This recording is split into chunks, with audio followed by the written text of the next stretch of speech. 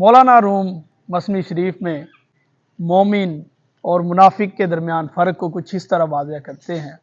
چوں بسے ابلیس آدم روئے ہست، پس بہر دستے نہ شاید داد دست۔ فرماتے ہیں کتنے ہی لوگ شیطانی عادتوں کے ساتھ انسانی چہروں میں پوشیدہ ہیں، لہٰذا بن دیکھے ہر ایک کے ہاتھ میں اپنا ہاتھ نہیں دینا چاہیے۔ زاں کے صیاد آورد بانگے سفیر، تا فریبد مرغرا آ مرغ گیر۔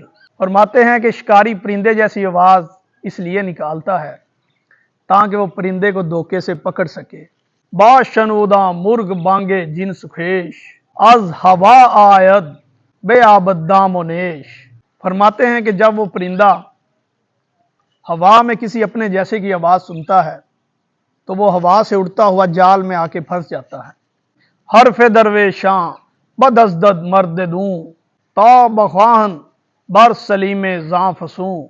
فرماتے ہیں کہ اس شکاری کی طرح ہی ایک کمینہ آدمی فقیروں اور درویشوں کے الفاظ کو چرا لیتا ہے تاکہ کسی بولے بالے کو اپنے جال میں پھنسا سکے۔ بو مسیلم را لقب کذاب ماند، مر محمد را اول اللباب ماند۔